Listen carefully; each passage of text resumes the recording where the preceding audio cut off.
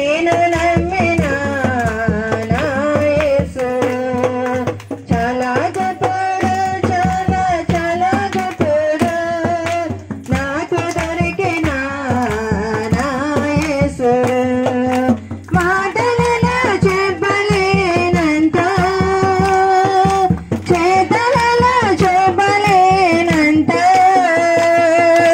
మాటలలో చెప్పలేనంత, చేతలలో చూపలేనంత. చాలా చాలా చాలా చాలా చాలా గొప్పడు, చాలా చాలా చాలా చాలా చాలా మంచోడు, చాలా చాలా చాలా చాలా చాలా గొప్పడు, చాలా చాలా చాలా చాలా చాలా మంచోడు, చాలా గొప్పడు, చాలా చాలా గొప్పడు. నేను నమ్మిన నా యేసుడు చాలా మంచోడు, చాలా చాలా మంచోడు. నాకు దొరికిన నా యేసుడు ఇలాంటి ప్రేమ ఎక్కడ లేదు, ఎంతైన ప్రేమ అంటూ చిక్కదు, ఇలాంటి ప్రేమ. తారీఖు ఎంతండి? 30వ తారీఖు వరకు కూడా దేవుని కృపలో మనలందరినీ కూడా భద్రపరిచాడు. దేవుని సన్నిధి, దేవుని కృప మనకి తోడుగా ఉంచాడు.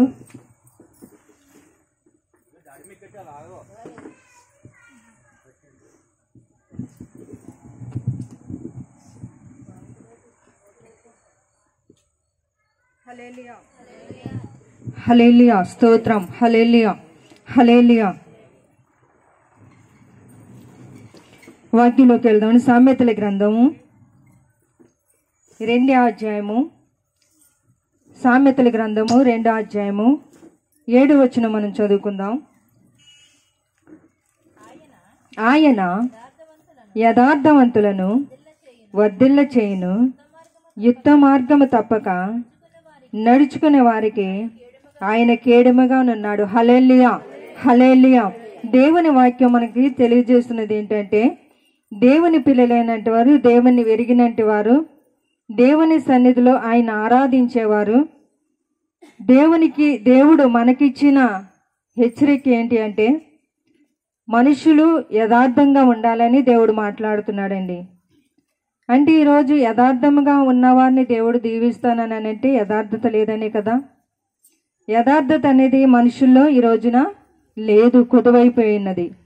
యథార్థంగా ప్రవర్తించేవారు, యథార్థంగా నడిచేవారు, యథార్థంగా మాట్లాడేవారు, యథార్థంగా జీవించేవారు చాలా తక్కువైపోయారు. యథార్థత లేని బ్రతుకుతూ దేవుని పిల్లలైనటువంటి వారు, దేవుని విశ్వాసులైనటువంటి వారులేనే ఇది ఎక్కువగా చోటు చేసుకుంటూ ఉంటుంది కనుక, మరి ఆయన మనకి ఇస్తున్న మాటను బట్టి ఆయన యథార్థవంతులను వర్ధిల్ల చేయును. ఆయన వర్ధిల్లాలంటే మన హృదయములు ఏముండాలండి? యథార్థత ఉండాలి. యథార్థత లేని వారు మనం ఎంత జీవించినా, ఎంత కష్టపడినా, ఎంత బ్రతికినా అది వ్యర్థమేనని దేవుని వాక్యం చదివిస్తుంది కనుక ఈరోజు ప్రతి విషయంలోనూ యథార్థతను తప్పుతున్నారు, ప్రతి మాటలోనూ యథార్థతను తప్పుతున్నారు, ప్రతి నడవడిలోనూ, ప్రతి పరిస్థితుల్లోనూ, అలాగే బయట జాబులు చేసుకున్నట్టు వారు ఎవరిలో కూడా యథార్థత అనేది లేదు. మోసము, అన్యాయము, అక్రము చాలా విస్తరింప పడుతుంది. ఎందుకంటే లోకం అటువంటి భయంకరమైన దినాలు, భయంకరమైన పరిస్థితుల్లోనికి వచ్చేసింది కనుక యథార్థతను కోల్పోతున్నారు. యథార్థవంతులను ఆయన ఆశీర్వదిస్తాను, దీవిస్తానని అంటున్నాడు. కానీ యథార్థతను కోల్పోవడం వల్ల మనకొచ్చి ఆయన ద్వారా దీవెనలు మనం పొందుకోలేకపోతున్నామని దేవుడు మాట్లాడుతున్నాడు. యథార్థవంతులను వర్ధిల్ల చేయును. ఈ రోజున యథార్థము లేకుండా ఎంత సంపాదించినా ఏముందండి? ఎంత సంపాదించినా వ్యర్థమే కదా. యథార్థత లేనప్పుడు, నమ్మకం లేనప్పుడు, ఒక యజమాని దగ్గర మనం కష్టపడి ఏదైనా పని చేయడానికి వారి దగ్గర మనం ఒప్పుకున్నప్పుడు, చేయడానికి మనం ఇష్టపడినప్పుడు, మనం చేసే పనుల్లో కూడా యథార్థత అనేది ఉండాలి. మన యథార్థతను బట్టి మనం చేసే వారి దగ్గర ఒక నమ్మకాన్ని మనం పొందుకుంటాం.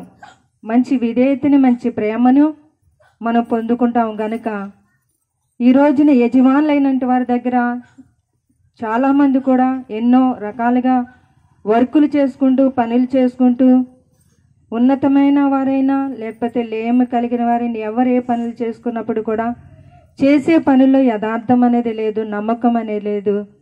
కానీ ఈరోజు దేవుని వాక్యం మనకు తెలియజేస్తున్నది ఏంటంటే, యథార్థవంతులను ఆయన వర్ధిల్ల చేయును, యుత్తు మార్గము తప్పక నడుచు వారికి ఆయన కేడముగా ఉన్నాడంటండి. అంటే నీకు యథార్థముగా ఎవరైతే ఉంటారో, యథార్థంగా ఉన్నప్పుడు, యథార్థంగా నువ్వు జీవించినప్పుడు ఆయన నీకు కేడముగా ఉంటాడంటండి. నీకొచ్చే శోధన నుంచి, నీకొచ్చే కష్టాల నుంచి, నీకొచ్చే శ్రమ నుంచి, నీకొచ్చే బాధల నుంచి ఆయన నీకు అడ్డుగా ఉండి నిన్ను కాపాడుతూ తన మార్గంలో నడిపించడానికి ఆయన ముందు ఉంటాడని దేవుని వాక్యం చదువుతుంది కనుక ఈరోజు యథార్థత అనేది మనలో ఉండాలి. దేవుని పిల్లలైనటువంటి వారు, విశ్వాసులైనటువంటి వారు బయట వారు ఎలా ఉంటున్నారు మనకు అనవసరం. కానీ మనము దేవుని పిల్లలము గనక దేవుణ్ణి ఆరాధించేవారు దేవుడు మన విషయంలో కోరుకునే మాట ఏంటంటే యథార్థత ఉండాలి. యథార్థతను బట్టి నీవు, నీ కుటుంబం కూడా ఆశీర్వాదకరంగా దేవుని సన్నిధిలో నువ్వు ఎదుగుతూ దేవుని ఫలాలు నువ్వు పొందుకుంటావని దేవుని వాక్యం చదువుతుంది కనుక ఆయన నీకు ఒక కేడముగా ఉన్నాడు. నీ మీదకి ఎంతమంది శత్రువులు వచ్చినా యుద్ధము చేయడానికి ఆయన ఒక డాలుగా ఉన్నాడు, ఒక కేడముగా ఉన్నాడు. నీ కుటుంబానికి ఒక ఆధారంగా ఉన్నాడు, నీ కుటుంబానికి ఒక స్తంభముగా ఆయన నిలబడిన ఉన్నాడని దేవుని వాక్యం చదివిస్తుంది. ఈ రోజున యథార్థత అనేది మనలో ఉండాలి. ఆయన కేడముగా లేడండి, మాకు లేడని మనం అనుకోకూడదు. కానీ ఆయన తగినట్టుగా మనం జీవిస్తున్నామా, బ్రతుకుతున్నామా, అలా మనం ప్రవర్తిస్తున్నామా అనే విషయంలో కూడా మనం తెలుసుకోవాలని దేవుని వాక్యం చదివిస్తుంది కనుక ఈ రోజున మనం ఆయన సన్నిధిలో జ్ఞాపం చేసుకోవాల్సింది ఏంటంటే, అయ్యా మమ్మల్ని సజీవులుగా బ్రతకడానికి నీ కృప మాకుంచి నిలబెట్టిన ప్రభువా యేసయ్యా నీ కొందనాలంటూ ఏ విషయంలోనైనా మేము తప్పిపోతున్నామేమయ్యా, మా యథార్థతను మేము విడిచిపెడుతున్నామేమో, యథార్థతకు మేము ఉండట్లేదేమో, మా హృదయంలో, మా తలంపులో, మా పరిస్థితుల్లో ఏదైనా మేము తప్పిపోతున్నామేమో అని ఎప్పటికప్పుడే మన హృదయాలని సిద్ధపాటు చేసుకొని దేవుని సన్నిధిలో ప్రార్థన చేయడానికి మనము సిద్ధపడాలని దేవుని వాక్యం చదివిస్తుందండి. మనం ఎక్కడికైనా వెళ్ళాలంటే మనం సిద్ధపడతాం కదా, చక్కగా మనం సిద్ధపడతాం. మనం కట్టుకునే బట్టల విషయంలో ఏంటి, మనం వేసుకునే వస్తువులేంటి, మనం వేసుకున్న ప్రతీది కూడా చక్కగా మనం తయారవుతాం, సిద్ధపడి వెళతాం. అలాగే దేవుని సన్నిధికి వచ్చినంటే వారు యథార్థతను దేవుడు చూస్తున్నాడు కనుక మనల్ని పరీక్షించుకొని దేవుని సన్నిధిలో నడవాలని దేవుడు మాట్లాడుతున్నాడు. ఎత్తు మార్గమును తప్పక నడుచు వారికి ఆయన కేడిముగా ఉన్నాడు, డాలుగా ఉన్నాడు. ఈరోజు నువ్వు భయపడుతున్నావేమో, కానీ భయపడక్కర్లేదని దేవుడు మాట్లాడుతున్నాడు.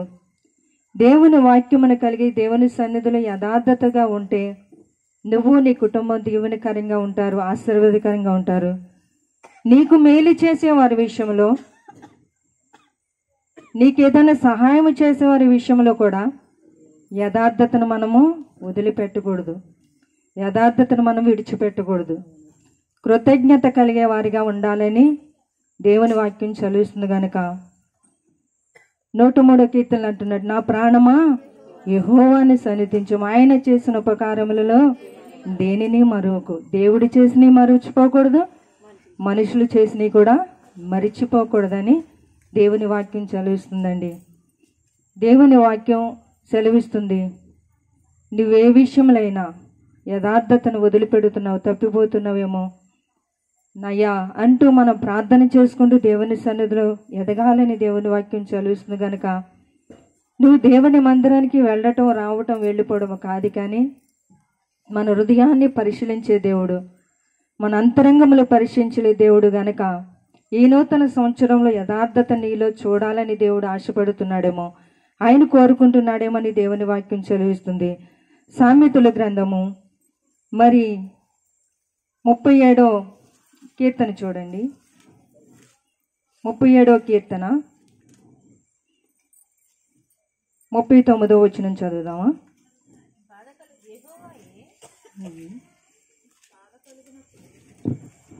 ఉండండి. 37వ కీర్తన 39. యెహోవాయే నీతిమంతులకు రక్షణాధారము, బాధ కలిగినప్పుడు ఆయనే వారికి ఆశ్రయదుర్గము.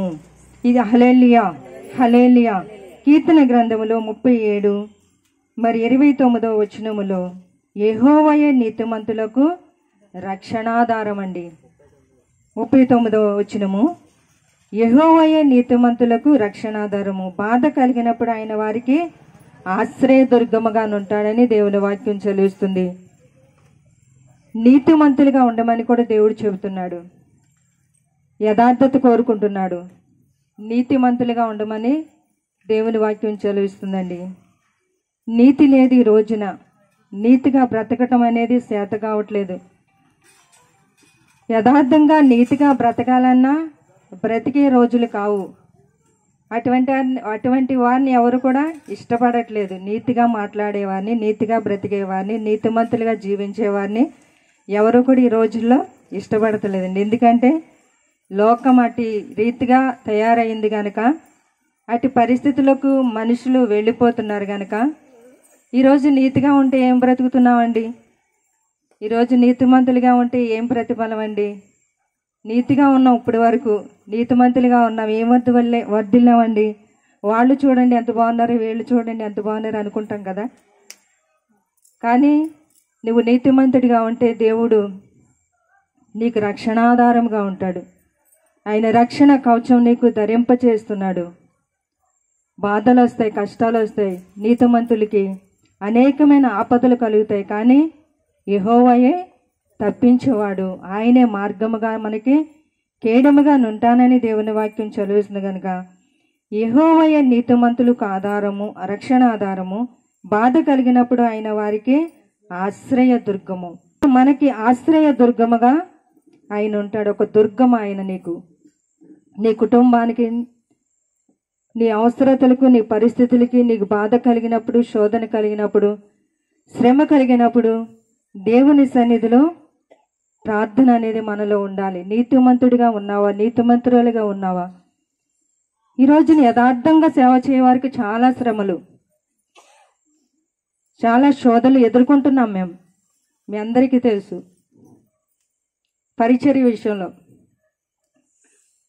ఎందుకని చాలా శోధనలు, చాలా శ్రమలు విషయంలో మరి దేవుడు మాకు ఆధారం లేడా?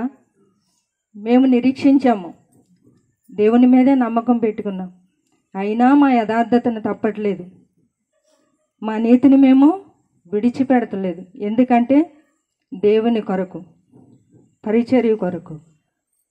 అంతేనంటారా? మీరందరూ నమ్ముతున్నారా? హల్లెలూయా హల్లెలూయా. అందుకనే మాకు బాధ కలిగినప్పుడు ఆయనే ఆనందం, ఆయనే సంతోషం. గనుక ఈరోజు నీ కుటుంబానికి, ఈ ప్రార్థన పెట్టుకున్న బిడ్డలకి వారికి ఆధారం లేదని అనుకోవచ్చు, కానీ దేవుడు ఆధారము, దేవుడు దుర్గము, దేవుడు కేడము, దేవుడు ఆశ్రయముగా వారిని నిలబెడుతున్నాడు.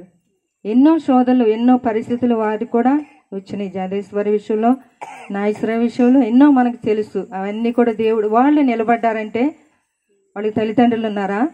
లేరు కదా. దేవుడే ఆధారం. ఎవరకు ద్వారా, మా ద్వారానో మీ ద్వారా, ఎవరొకరి ద్వారా వాళ్ళని దేవుడు విడిచిపెట్టలేదు. దేవుని సహాయం వాళ్ళకి అందిస్తూ బ్రతికి ఉన్నారంటే దేవుని కృపని దేవుని వాక్యం చదువుతుంది. కనుక ఈరోజు యథార్థత మనలో ఉండాలి, నీతి మనలో ఉండాలి. నీతిమంతులుగా ఉన్నంటే వారికి దేవుడు కేడముగా ఉండి మనల్ని నడిపిస్తానని దేవుని వాక్యం చదువుతుంది. కనుక ఈరోజు మీరందరూ కూడా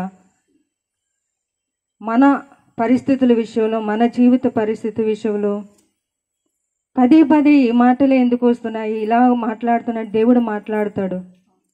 మనుషుల హృదయంలో ఎక్కువగా ఉండి ఇవే. ఈరోజు మనిషి పాడైపోవడానికి పరిస్థితులు ఇవే, మనం చెడిపోవడానికి పరిస్థితులు ఇవే. ఏయో మనం ఆశలు చూపించుకొని మన భక్తి మార్గాన్ని విడిచిపెట్టుకొని, అయితే ఎంతోమంది సహాయకులు సహకరించేవారు ఉన్నప్పుడు కూడా వారు ఒక రోజు నిన్ను తుంచనాడొచ్చు, వెలివేయొచ్చు. మేము ఆ రోజు గొప్ప చేసాం కనుక ఈరోజు నిన్ను అంటున్నామని అనొచ్చు. కానీ దేవుడు అలాగా అనే దేవుడు కాదు, హెచ్చించే దేవుడు. నీకు బాధ కలిగినప్పుడు ఆయన కన్నీరు తుడవడానికి ఉన్నాడు. నువ్వు దుఃఖించినప్పుడు ఆయన నీ పక్కనే ఉండి నీతో మాట్లాడుతున్నాడు. ఈరోజు సహాయం చేసేవారు నిన్ను అన్నప్పుడు కూడా దేవుడు ఆయన చేసిన దానిని ఎంచడు. మనం ఒకవేళ తప్పు చేయొచ్చు, మనం పడిపోవచ్చు, జారిపోవచ్చు, కానీ ఆయన యథార్థవంతుడు లేని వంటి వాడు కాదు, నీతిమంతుడిగా లేనంటి వాడు కాదు. ఆయన యథార్థవంతుడు, ఆయన మాట ఇచ్చినవాడు తప్పనివాడు. కనుక దేవుని వాక్యమును కలిగి ఈ 2 మాటలు బట్టి దేవుని సన్నిధిలో మనం ఉంటూ యథార్థతను విడిచిపెట్టకుండా, నీతిని విడిచిపెట్టకుండా, దేవుని రానున్న సమయాల్లో వచ్చే సమయానికి మనమందరూ కూడా నీతిమంతులుగా ఉండి ఇంకా అనేకమైన పరిస్థితులు మనం సమస్తను కూడా దేవునికే సమర్పించుకుంటూ మనము ఈ కుటుంబం వచ్చిన వారందరూ కూడా దేవుని కొరకు సాగుదామని దేవుడి మాటలు దీవించును గాక. ఆమేన్. హల్లెలూయా. 2 చేతులు పైకెట్టి అందరూ స్తోత్రం చెప్పండి. గట్టిగా చెప్తారా? హల్లెలూయా. దేవుని యొక్క నామానికి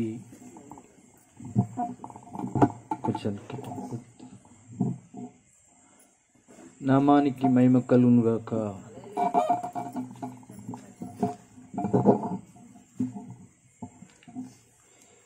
ఈరోజు రాత్రి జగదీశ్వరి నాగేశ్వరరావు వారి యొక్క కుటుంబంలో నూతన సంవత్సరం యొక్క సందర్భంగా ఈ యొక్క ప్రార్థన కూటాన్ని జరగడానికి దేవుడు కృప చూపును గాక. ఆయన సన్నిధిలో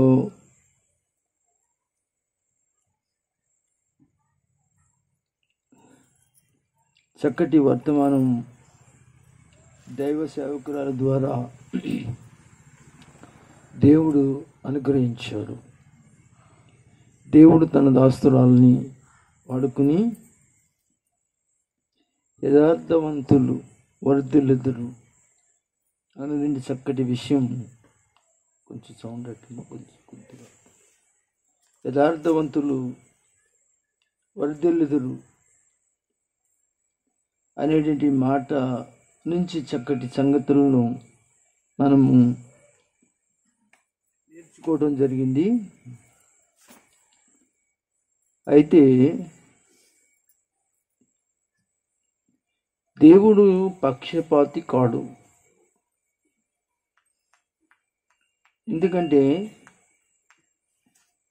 అందరినీ ప్రేమించేవాడే.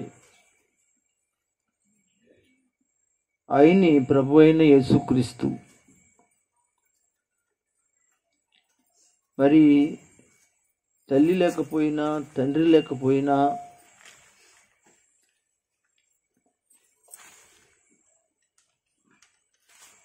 నాగేశ్వరరావు కానీ జగదీశ్వర్ కానీ వారి జీవితంలో దేవుడికి కలిగి ఉండటం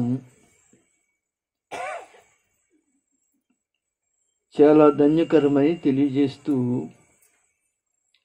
ఆ దేవుణ్ణి విడిచిపెట్టుకోకూడదు. ఎవరిని విడిచిపెట్టినా కానీ ఆ ప్రభువుని, భార్యాభర్తలు ఎన్నో సమస్యలు పరిస్థితులు వచ్చినప్పటికి కూడా దేవుని విడిచిపెట్టకుండా, సవాసాన్ని విడిచిపెట్టకుండా, సేవకుని విడిచిపెట్టుకోకుండా వాళ్ళు చక్కగా దేవుని సన్నిధిలో సాగుపోవటం వల్ల ఈ రోజున వారి వెనకాల దేవుని యొక్క సన్నిధి తోడుగా ఉందని తెలియజేస్తూ ఉన్నాను. ప్రియులరా, అందుకే దేవుడు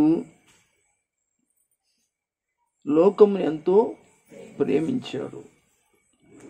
ఆ లోకంలో ఈ కుటుంబం కూడా ఉంది. దేవుని యొక్క ప్రణాళిక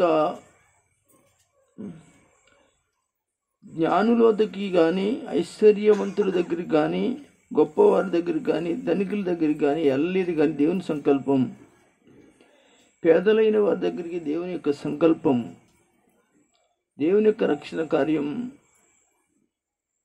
దేవుడు పంపించాడని తెలియజేస్తూ ఉంది. ఆ జ్ఞానం కలిగిన దేవుణ్ణి తెలుసుకోవడానికి దేవుడు కృప వారికి అనుగ్రహించి రక్షించబడిన నాటి నుంచి కూడా యేసుక్రీస్తు ప్రభువారిని వారు ఎంతగానో దేవుని సన్నిధిని సాగిపోవడం జరిగింది.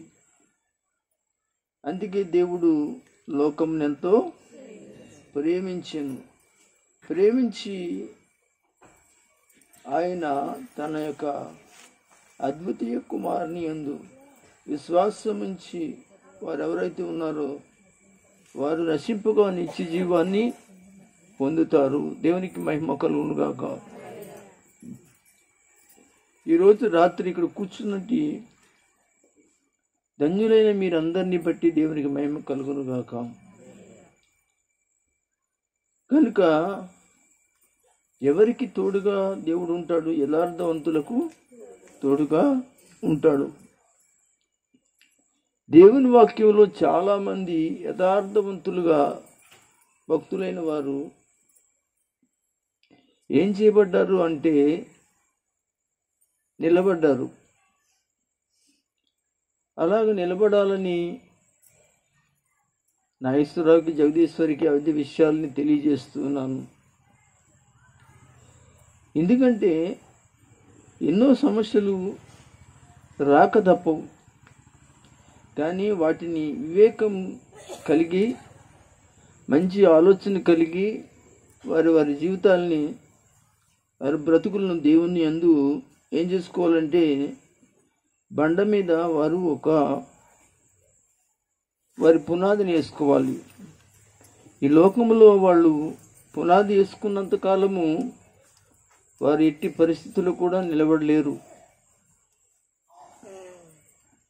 అటు ఇటు ఊగుతూనే ఉంటారు. అలా కాకుండా బండ మీద వారి యొక్క అడుగు జాడలను జారకుండా ఉండాలి అని అంటే వారు బండ మీద మాత్రమే వారి అడుగు జాడలను పెట్టాలి. ఆ బండ ప్రభువైన యేసుక్రీస్తు కనుక ప్రియులరా, దయచేసి కనుక దేవుడు లోకమును ఎంతో ప్రేమించాడు. ఆ లోకంలో ఎవరైతే దేవుని సంకల్పం ఉందో వారిని దేవుడు నడిపిస్తున్నాడు. కనుక వరిదెల్లాలి అనే విషయం దేవుని బిడ్డలారా, దేవుని వాక్యంలో చూసుకుంటే భక్తులు చాలామంది ఉన్నారని చెప్పాను ఇందాక. వారిలో ఒక భక్తుడు ఉంటాడు, అతని పేరు దావీదు. దావీదు అనేటువంటి వాడు రెండో సమూయేలు గ్రంథంలో 5వ అధ్యాయము 10వ వచనాన్ని మనం చదివితే అతని గురించి, దావీదు గురించి దేవుడు మాట్లాడుతున్న మాట మనం చదువుకుందాం. దావీదు అంతకంతకు వర్ధిల్లెను, సైన్యముల అధిపతి యెహోవా అతను తోడుగా ఉండెను. దేవునికి స్తోత్రం. అవును, కనుక దావీదు అనేటువంటి వాడు అంతకంతకు వర్ధిల్లుతున్నాడు అనే మాట మనం అర్థం చేసుకుంటే, ఈ మాట మన మీద కూడా పెట్టుకుంటే అది కరెక్ట్ అవుదండి. కొంతమంది వర్ధిల్లుతున్నాను, నేను పైకి వచ్చాను, పైకి ఎక్కడికో నేను ఆకాశంలోకి వెళ్ళిపోయాను అని అనుకుంటూ ఉంటున్నటి జనానికి ఈ విషయం ఎట్టి పరిస్థితుల్లో కూడా వాళ్ళ మీద నడవదు. దావీదు అంతకంతకు వర్ధిల్లడానికి అతడు ఏం చేశాడు అనే దాన్ని బైబిల్లో దావీదుని గురించి పూర్తిగా తెలిసి ఉండాలి. దావీదు దీవించాడు, అంతకంత వర్ధిల్ల చేశాడు. అలాగే నేను కూడా అలా వర్ధిల్లానని చెప్పి ఆ వాక్యాన్ని మన మెడలో పెట్టుకుని, మన ఈపుల మీద పెట్టుకుని, మన నెత్తి మీద పెట్టుకుని తిరుగుతూ ఉంటే కుదరదండి. మన నాలుక మీద పెట్టుకుని 10 మందికి చెప్పుకుంటూ ఉంటే కుదరదండి. కానీ నువ్వు వర్ధిల్లడానికి అన్యాయం కూడా కావచ్చు. అవినీతి కూడా కావచ్చు, దుర్మార్గం కూడా కావచ్చు. ఇలా కూడా వదిలేతారా? వదిలేతారు. బైబిల్లో చెప్పింది. భక్తిహీనులు ఎలా పుష్పిస్తారటండి? ఏమండి? చాలా భయంకరంగా పుష్పిస్తారట. బైబిల్ మాట్లాడుతుంది. అయితే చివరాఖరికి ఆ యొక్క వ్యక్తులకి, ఆ భక్తిహీనులకు తగిన శిక్ష ఒకరోజు ఏం చేయబడుతుంది? గడ్డి ఎండ ఏం చేస్తుందంటే కాసినప్పుడు పువ్వు వాడిపోతుంది, రాలిపోతుంది అన్నట్లుగా వారి జీవితాలు అలాగే ఉంటాయి. అందరూ స్తోత్రం చెప్పండి. కనుక ఇక్కడ దావీదు ఈ సమయంలో తాను వర్ధిల్లడానికి గల కారణం, అతని దగ్గర కర్ర ఉంది. 2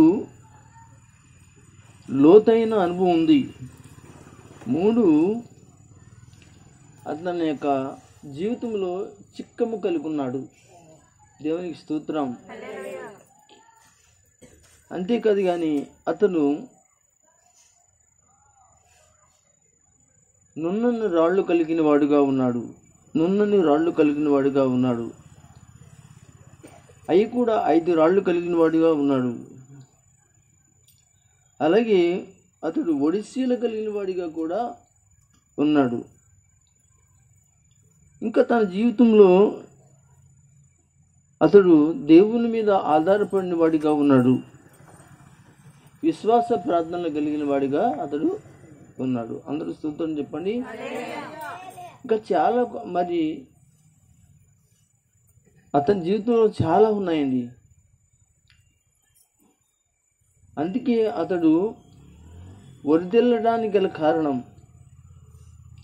అంతేగాని ఏమీ లేకుండా నేను వర్ధిల్లుతున్నాను అని చెప్పుకుని వారి జీవితాలు చాలామంది ఉన్నారు.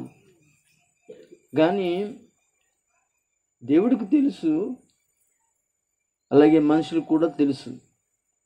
అందుకే నీవు దావీదు వలె వర్ధిల్లడానికి దేవుని వాక్యం అనేది కర్ర చేత నువ్వు కలిగి ఉండాలి. దావీదు చేతుల్లో దేవుని వాక్యం అనేది బెత్తం, కర్ర అతనికి ఉంది. దావీదు ఎప్పుడు కూడా వాక్యం మీద తప్ప దేని మీద కూడా అతడు బేస్ అయ్యేవాడు కాడు. కనుక అతని జీవితం అంతా కూడా వాక్యం మీద అతడు కలిగినవాడిగా ఉన్నాడని తెలియజేస్తున్నాను. అంతేకాకుండా దావీదు లోతైన అనుభవం కలిగిన వాడు. లోతైన జీవితము అతని జీవితంలో ఉంది.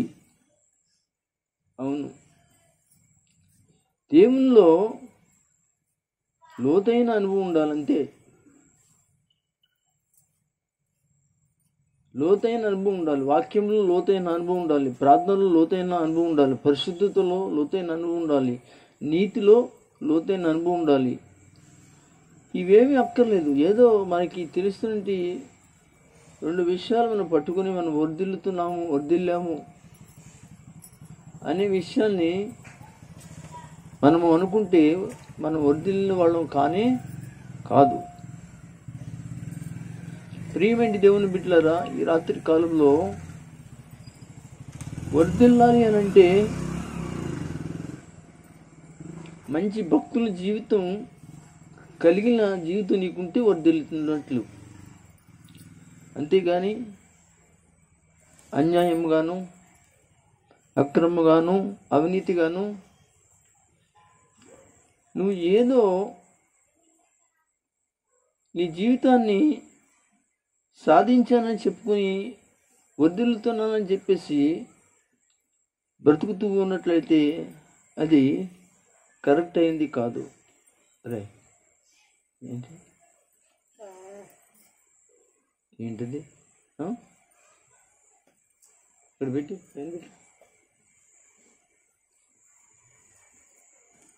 ఏం పెట్టు. నేను ప్రతి ప్రార్థనలో చూస్తాను. నేను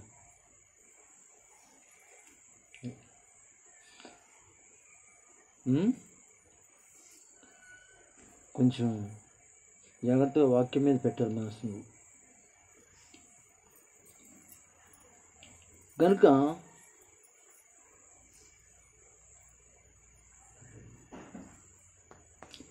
ఆయన సన్నిధిలో లోతైన అనుభవం మనకు కావాలి. లోతైన అనుభవం మనకి ఎప్పుడైతే వస్తుందో అప్పుడే ఎవరిని ప్రేమించాలో, ఎవరిని ప్రేమించకూడదో, దేన్ని ప్రేమించాలో, దేన్ని ప్రేమించకూడదో మనకి అర్థమవుతుంది. వాక్యం మనకు నేర్పిస్తుంది కూడా. కనుక ఇంకా దావీదు ఏం కలిగి ఉన్నాడంటే చిక్కం కలిగి ఉన్నాడు. చిక్కము అంటే ఒక సంచి. ఆ సంచిలో అతను కొన్ని రాళ్ళు వేసుకున్నట్లుగా దేవుని యొక్క వాక్యంలో మనకు చెప్తుంది గొలియాతును చంపడానికి వెళ్ళినప్పుడు. కనుక ఆ చిక్కము ఏమిటి అంటే దేవుని యొక్క సావాసం. అంటే విశ్వాసమైన నీవు, సహోదరి అనబడిన నీవు చిక్కము అనబడినటిలో రాళ్ళు ఏ విధంగా సావాసం కలిగి ఉన్నాయో అలాంటి సావాసం కలిగి ఉండాలి.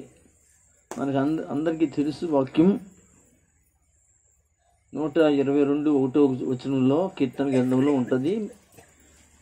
జనులు నాతో ఏమంటారు అక్కడ, యెహోవా మందిరమునకు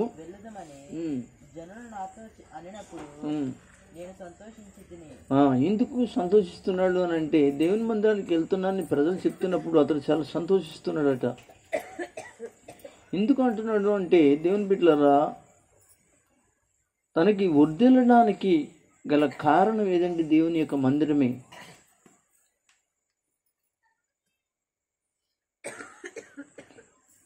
అతడు పైకి డెవలప్ అవ్వడానికి గల కారణము దేవుని యొక్క మందిర సహవాసమే, లేక సంఘం యొక్క సహవాసమే.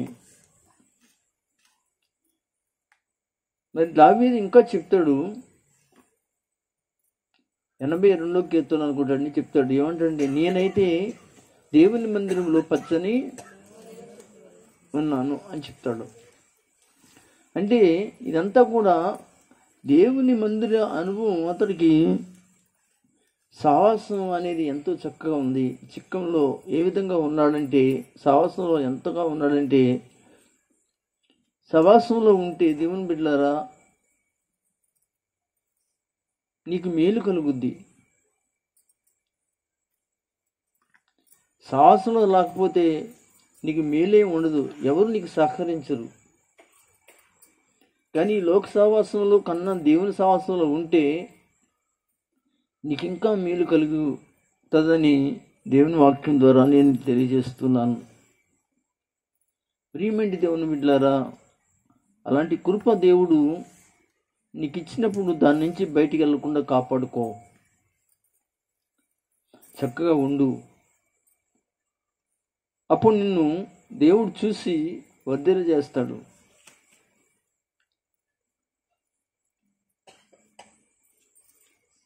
కనుక యథార్థవంతుల యొక్క సంపాదన కానీ, భేదవాని యొక్క సంపాదన కానీ అది రెట్టింపు దేవుని సన్నిధిలో నీకు కలుగుతుంది, దీవెనగా ఉంటుంది. కనుక ప్రియమైన దేవుని వారులారా గమనించండి, ఈ రాత్రి నేను చెప్పే మాట ఏమిటంటే, నువ్వు ఎక్కడికి వెళ్ళినా దేవుడు నీతో మాట్లాడే మాట ఏంటంటే, నువ్వు వర్ధిల్లాలంటే నువ్వు కలిగి ఉండవలసిన వాటిని కలిగి ఉంటేనే వర్ధిల్లుతావు. నువ్వు నీ జీవితం అనేక ముందు ఒక దీపస్తంభం లేక దీపం వెలుగుతున్నట్లు ఉండాలి అని అంటే నువ్వు దావీదు వలె మంచి వాక్యం కలిగి ఉండాలి, మంచి జీవితాన్ని కలిగి ఉండాలి, మంచి సావాసం కలిగి ఉండాలి. ఇంకా ఎన్నో అనుభవాలు దావీదు నుంచి మనము నేర్చుకోగలుగుతాం. కనుక దావీదు చెప్తున్నది మాట, లేదా సమూయేలు గ్రంథములు 2వ గ్రంథములు 5వ అధ్యాయం 10వ వచనంలో చెప్తున్నది మాట మనం ఆలోచన చేస్తే, దావీదు అంతకంతకు వర్ధిల్లెను, సైన్యములకు అధిపతియగు యెహోవా అతనికి తోడుగా నుండెను. మీరు గమనించండి, ఇక్కడ దావీదు అంతకంతకు వర్ధిల్లాడు అని ఊరుకోవచ్చు, కానీ తర్వాత ఆ వర్ధిల్లడానికి గల కారణము యెహోవా తోడుగా ఉన్నాడు. అది విషయం. దేవునికి స్తోత్రం. అతనిలో మంచి క్వాలిటీస్ ఉన్నాయండి. అది ఆత్మీయంగా కావచ్చు, శారీరకంగా కావచ్చు, ఇంకెలాగైనా కావచ్చు, కానీ మంచి మంచి క్వాలిటీస్ ఉన్నాయి. అప్పుడప్పుడు దావీదు కూడా చెడ్డ క్వాలిటీస్ కూడా దేవుడు చూపించి అతన్ని గద్దించి మార్చాడు. అప్పుడు ఆయన మారి దేవుని సన్నిధిలో పశ్చాత్తాపడ్డాడు. అందుకే దావీదు వర్ధిల్లడం మనం చూడగలుగుతాం. సాధ్యముగా చాలాసార్లు మనుషులు చాలా విషయాల్లో పడిపోతూ ఉంటారు, జారిపోతూ ఉంటారు. కానీ అదే మార్గాన్ని మనం ఎంచుకోకూడదు, కానీ మంచి మార్గాన్ని ఎంచుకోవడానికి దేవుడు మనకు అవకాశం ఇచ్చాడు. అప్పుడు నిన్ను మంచి స్థితిలోకి తీసుకొస్తుంది, మంచి పరిస్థితులకు దేవుడు నడిపిస్తాడు. కనుక నీకున్న దానితో తృప్తిపడు. నీ పరిస్థితిని బట్టి దేవుని మీద ఆధారపడు. నీ యథార్థతను చూసి, నీ పేదరికాన్ని చూసి, నీకు లేమిని చూసి ఆయన నిన్నేం చేస్తాడంటే కలిమిలోనికి నడిపిస్తాడు. దేవునికి స్తోత్రం.